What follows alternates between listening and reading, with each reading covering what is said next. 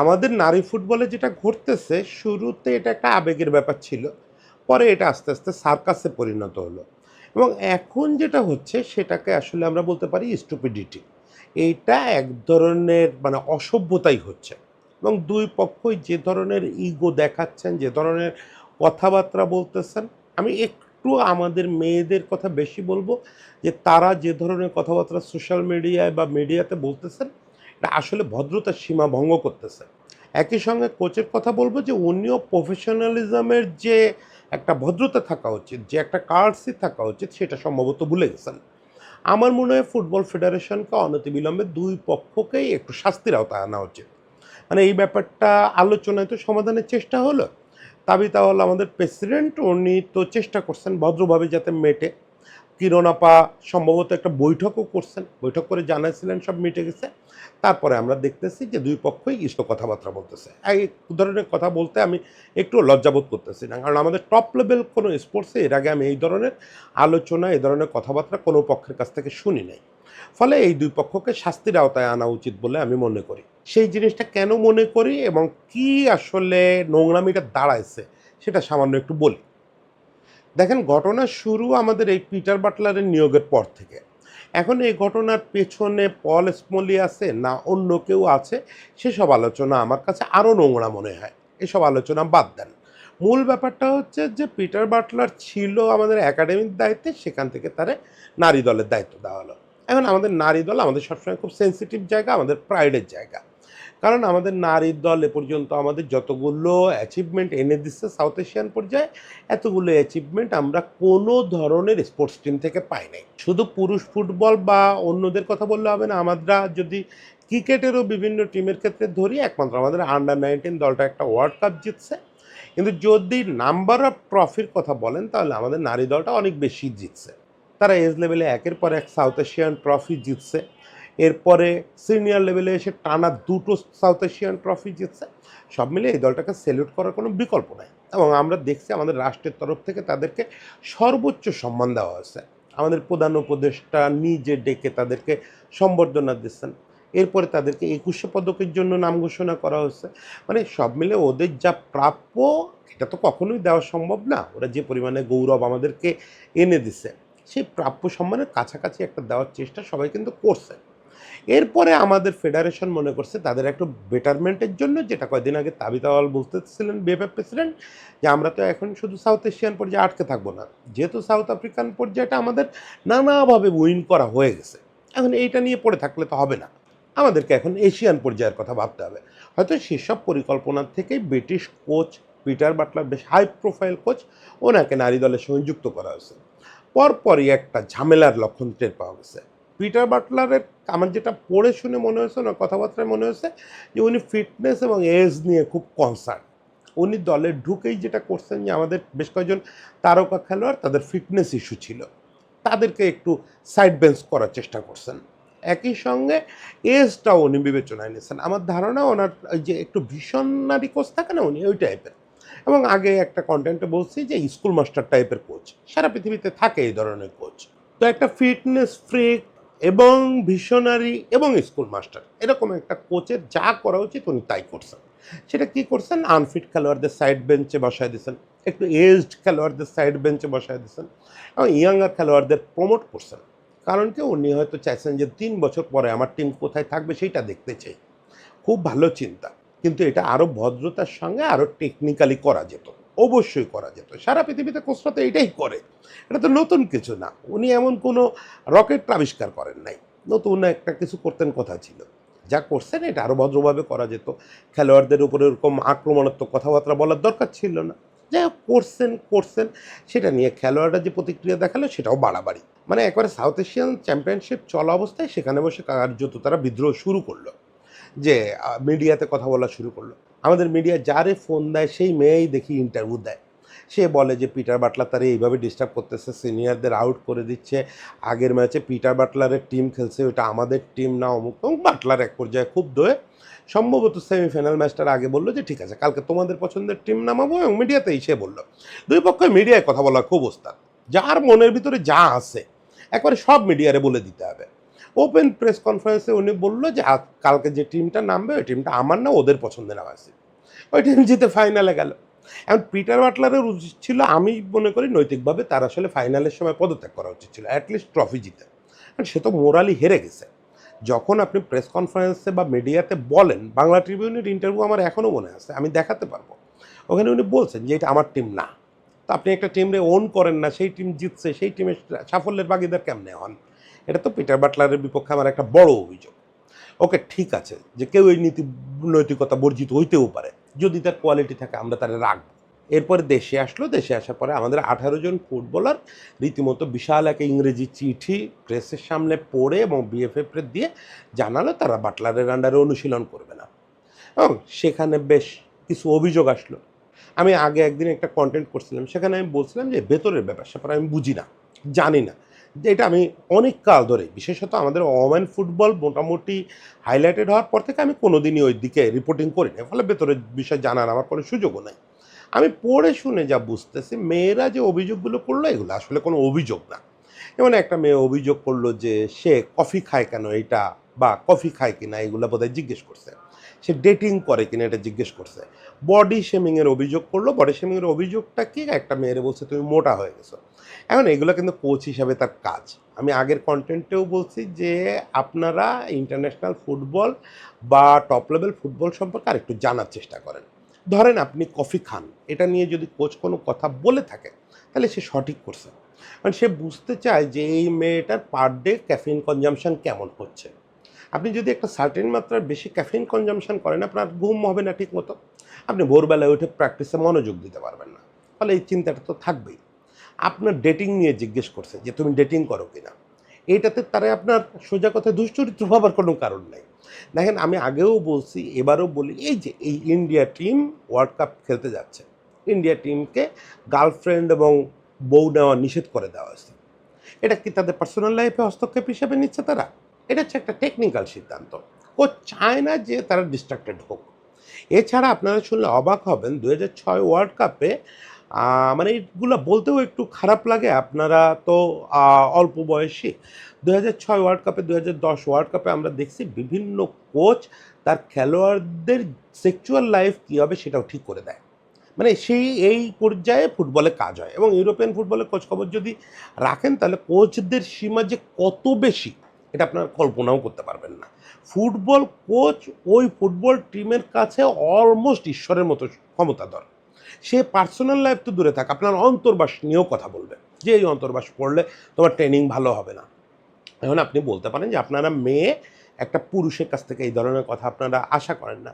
ফেডারেশনের সেইটা বলেন যে আমাদের কমিউনিকেট করার জন্য আমাদের টিমের সঙ্গে একটা ডেপুটি কোচ রাখেন যে হচ্ছে মেয়ে হবে, যে একজন মহিলা হবে যে আমাদের সঙ্গে এইটা কমিউনিকেট করবে। হতে পারে, সেইটা আলাদা ব্যাপার। কিন্তু আপনারা যেভাবে এগুলারে পাবলিক করলেন, তারপরে মোটা হয়ে যাওয়ার প্রসঙ্গ, মোটা হয়ে যাওয়ার প্রসঙ্গ, এখন কোচ মোটাত্ব নিয়ে বলবে না, কোচ তো আপনারে বডি শেমিং করতে বলবে না। কোচ আপনার এই কথাগুলো বলবে যে আপনি যদি মোটায় যান তাহলে তার জন্য এটা ফিটনেসের সমস্যা, তাহলে তার জন্য ওই খেলোয়াড়কে 11-এ রাখা সমস্যা। কারণ এগুলো তো আমার কাছে কোচের প্রতিটা কথারে খুব যৌক্তিক মনে হয়েছে। মানে এই পর্যন্ত আপনারা যে অভিযোগ করছেন, যখন ধর্মঘটে যাওয়ার সময় যে অভিযোগগুলো করছেন, একটাও আমার কাছে অযৌক্তিক মনে হয় না। আমার মনে হচ্ছে যে এটা তো কোচের বলারই কথা, এটা ধর্মঘটেরই বা কি, আপত্তি করারই বা কি। তারপরে ধর্মঘটে গেছেন, ধর্মঘটে যাওয়ার পরে শুরু হলো কোচের আউল ফাউল বকা। কোচ প্রেসে যেসব কথাবার্তা বলল প্রত্যেকটা অশোভন। প্রত্যেকটার জন্য ভালো কোনো ফেডারেশন হলে, শক্তিশালী ফেডারেশন হলে প্রতিদিন সে প্রেসে যে কথা বলছে, প্রতিদিনের জন্য সে 1 মাসের বেতন কাটা যেত তার। এরপরে সর্বশেষ যেটা হলো যে কিরণ আপা, মাহফুজা আক্তার কিরণ, আমি যদিও মনে করি যে আজকে এই যে ওমেন ফুটবল একটা ধাক্কা খাচ্ছে, এটার পেছনে কিরণ আপার একটা দায় আছে। সেইটা কোনো এক সময় আমি বুঝায় বলবো যে আমাদের ওমেন উইংটারে উনি কোন কোন জায়গায় চালাইতে ব্যর্থ হয়েছেন। ও যাই হোক, শেষ পর্যন্ত উনি একটা ভালো কাজ করছেন যে মেয়েদের সঙ্গে বসছেন, বসে ওদের কনভিন্স করছেন, সবাই রাজি হয়েছে প্র্যাকটিসে আসবে। ওইখানে আবার তারা কিছুদিন ছুটি নিছে যে আপাতত জয়েন করবে না, কদিন পরে জয়েন করবে। এটা আমার পছন্দ হয় না। রাজি হয়েছেন, কাল থেকে ক্যাম্পে চলে যান। এই খবর মিডিয়াতে আসার আগে কোচ প্রতিক্রিয়া দেখাইছে যে যারা বিদ্রোহ করছিল তাদের কারোর আমার দলে ঠাঁই নাই। দ্বিতীয় প্রতিক্রিয়া গতকালকে বিকালে শুনলাম কোচের, সে পরিষ্কার 8 জনের নাম ধরে বলছে যে এই 8 জনরে আমি কোনোভাবে ট্রেনিং করাবো না, এরা যেন আশা না করে যে আমার আন্ডারে তারা ট্রেনিং করতে পারবে। মানে কী ধরনের বুলশিট কথাবার্তা, কী ধরনের আচরণ আমি বুঝে পাচ্ছি না। মানে এটা আমাদের স্পোর্টসে কখনো হয় নাই, এর আগে কখনো হয় নাই। আমাদের কোনো কোচ কোনো ডিসিপ্লিনের এই ধরনের কথাবার্তা তার টিমের মেম্বারদের নাম উল্লেখ করে করে এই কথাটাই যদি উনি বলতেন যে নাম বলবো না, এই যে ৮ জন বিদ্রোহ করছিল ১৮ জনের মধ্যে যে ৮ জন বেশি দায়ী, এদের আমি ট্রেনিং করাতে চাই না বা এদের সঙ্গে আমি আলাদা করে কথা বলতে চাই। একটু কৌশলী হতে হয়তো কথাবার্তার ক্ষেত্রে। এটা কী ধরনের কথা রে ভাই? এর জবাবে আজকে সকালে উঠে দেখতেছি একটা মিডিয়াতে নাম প্রকাশে অনিচ্ছুক ফুটবলার বলছে যে তারা আজ যাই করুক, তারা এই কোচের আন্ডারে অনুশীলন করবে না। তারা রাজি হয়েছে নারী দলে ফিরতে, ঠিক আছে, এই কোচের আন্ডারে না। মানে আপনি বোঝেন বিরক্তিটা কোন পর্যায়ে যাওয়ার কথা। এখন আমার কথা হচ্ছে যে এইখানে কিন্তু আমাদের একটু পক্ষপাতিত্ব করতে হবে। দেখেন এই যে বেয়াড়া কাজগুলো আমাদের মেয়েরা করলো, এটা আমাদেরই মেয়ে। এরাই কিন্তু আমাদেরকে ওই যে অ্যাচিভমেন্টগুলো এনে দিছে। ফলে ওই যে কথা যে যে গরুটা দুধ দেয় তার একটা চাটি সহ্য করা যায়। ফলে আমাদের এই মেয়েগুলো এই পিচ্চি লেভেল থেকে একদম, এরা এখনও তো পিচ্চি পিচ্চি বলেই এ ধরনের আচরণ করতেছে। ওরা যখন একেবারে ছোট তখন থেকে এই আন্ডার 13, আন্ডার 17, আন্ডার 21 একের পর এক ট্রফি জিতে এনে তারপরে সিনিয়র লেভেল, মোটামুটি কিন্তু কোর টিমটা এই একই, এই সানজিদারাই ছোটোবেলা থেকে জিতে জিতে এনে দিচ্ছে।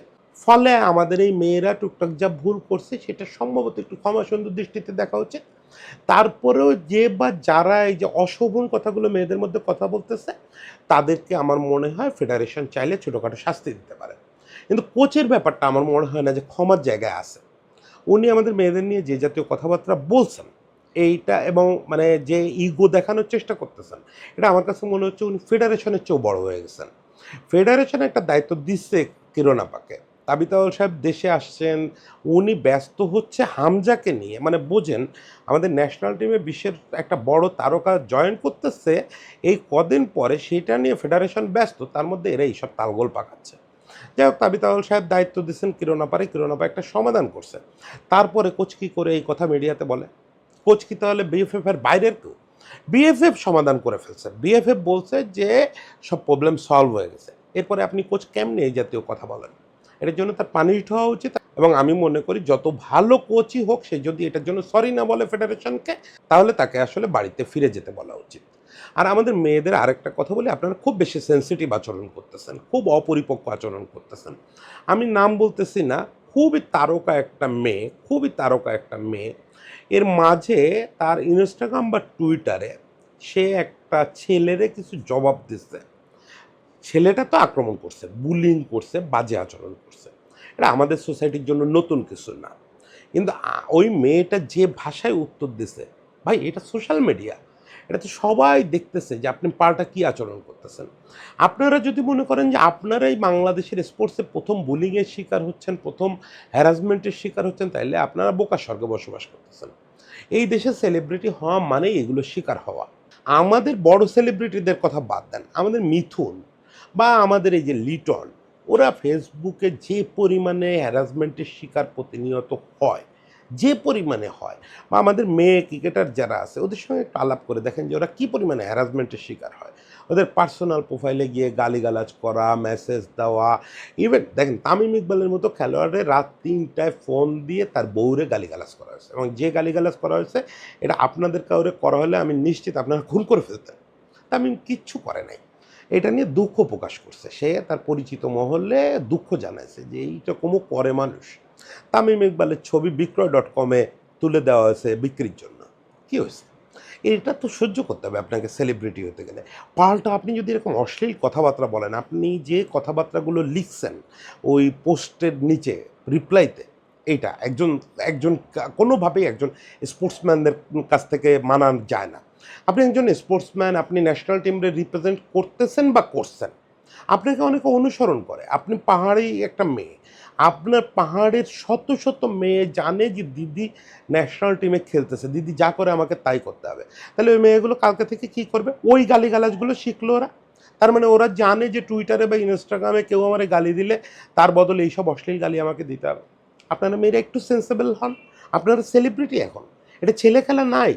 আপনারা লাল সবুজ জার্সি পরতেছেন, আপনারা বাংলাদেশের পতাকারে রিপ্রেজেন্ট করতেছেন। কিন্তু আমি পুরো ব্যাপারটা দেখতেছি খুবই ইনসেন্সিবল আচরণ হচ্ছে। কোচের কথা তো বললাম, কোচকে আমার ধারণা বিএফএফও এই লাইনেই ভাবতেছে, কোচকে পানিশমেন্টের মধ্যে আনবে। কোচ তো আছে, পরশুদিন চলে যাবে। ও যদি থাকেও, ও তো সারা জীবন থাকবে না আমাদের। ও আমাদের কে? না, আপনারা তো আমাদের। আপনারা আমাদের আইডল হবেন, আপনারা আমাদের বাচ্চা কাচ্চার আইডল হবেন, আপনারা আমাদের বাচ্চার বয়সী। আপনারা যদি নিজেদের ভাবমূর্তি এই জায়গায় নামান, যে একটা ছেলে, রাস্তার বখাটের ছেলে আপনাকে ইশারা করে একটা কিছু বললো, আপনি তার ওই বখাটের চেয়েও খারাপ ভাষায় কথা বললেন, অবশ্যই পানিশ করেন। আপনার যদি তায়কান্দো ট্রেনিং থাকে, আপনি ওকে মারেন, মেরে আপনি ওকে পুলিশের হাতে দিয়ে দেন। সেটা আমি সাপোর্ট করি, মেয়েদের আত্মরক্ষার জন্য সেটা করতে হবে। কিন্তু তার মানে এই না যে আপনি ওই রাস্তার ছেলের জায়গায় নেমে যাবেন। আপনার মাথায় রাখতে হবে যে আপনি সেলিব্রিটি, এবং সেটা ন্যাশনাল সেলিব্রিটি। আপনি উড়ে আসেন নাই, আপনি এটা স্কুলের ছেলে খেলা করতেছেন না, আপনি বাংলাদেশ ন্যাশনাল টিমরে রিপ্রেজেন্ট করতেছেন, 20 কোটি মানুষের রিপ্রেজেন্ট করতেছেন। সচিন টেন্ডুলকারের কথাটা পড়ে দেখেন, যদি পান যে 100 কোটি লোক আমারে একটা দায়িত্ব দিছে, সেইটার জন্য আমি আমার জীবনের অনেক কিছু ত্যাগ করতে রাজি আছি। ওই যে 20 কোটি লোক আপনার দায়িত্ব দিছে, এটা শুধু আপনার অ্যাচিভমেন্ট না, আপনি ন্যাশনাল টিমে খেলেন, এটা শুধু আপনার প্রাইড না, এটা আপনার রেসপন্সিবিলিটি। এই জন্য অনেক কিছু স্যাক্রিফাইস করতে হয়, অনেক স্বভাব বদলাইতে হয়, অনেক কথা যেটা অন্য 10 জন বলতে পারে, দেবব্রত বলতে পারে, আপনি পারেন না। দয়া করে আপনারা সবাই থামেন, ইগো দেখানো বন্ধ করেন। কোচের ব্যাপারে এখন সে তো আর আমার কথা শুনবে না, সে আমার ধারণা কারোর কথাই শুনে না। কোচের ব্যাপারে যা করার বাফুফে করবে, কিন্তু মেয়েদের কাছে হাত জোড় করে অনুরোধ করতেছি, এই নাবালিকাদের মতো আচরণ করেন না। আপনারা ন্যাশনাল স্টার হয়ে থাকেন, দয়া করে শান্ত হন, দয়া করে শান্ত হন। পুরো আপনারা বাংলাদেশের সবচেয়ে, আবারও বলি, সবচেয়ে বড় বড় অ্যাচিভমেন্টগুলো এনে দিচ্ছেন, কিন্তু আজকে আপনারা হাসির পাত্র হয়ে যাচ্ছেন। ফেসবুক খুললেই, মিডিয়া খুললেই আজকে দেশের শীর্ষ একটা মিডিয়াতে এই রিপোর্টটা পড়তেছিলাম, তারা বলতেছে এটা যেন টিভি সিরিয়ালের মতো হয়ে যাচ্ছে, এই নাটকের আর শেষই হয় না। এটা ভাল লাগে? আপনাদের মতো এত বড় অর্জন করে আসা মেয়েদের নিয়ে এসব কথা লিখতে ওনাদের ভাল লাগছে? ওই রিপোর্টারের ভাল লাগছে? ভাল লাগে নাই। ফলে সবাই ভালো থাকবেন, আশা করি খুব দ্রুত ইগো ঝেড়ে ফেলে দেশের কথা ভেবে এবং দলের কথা ভেবে সবাই এক হবেন। সবাই ভালো থাকবেন।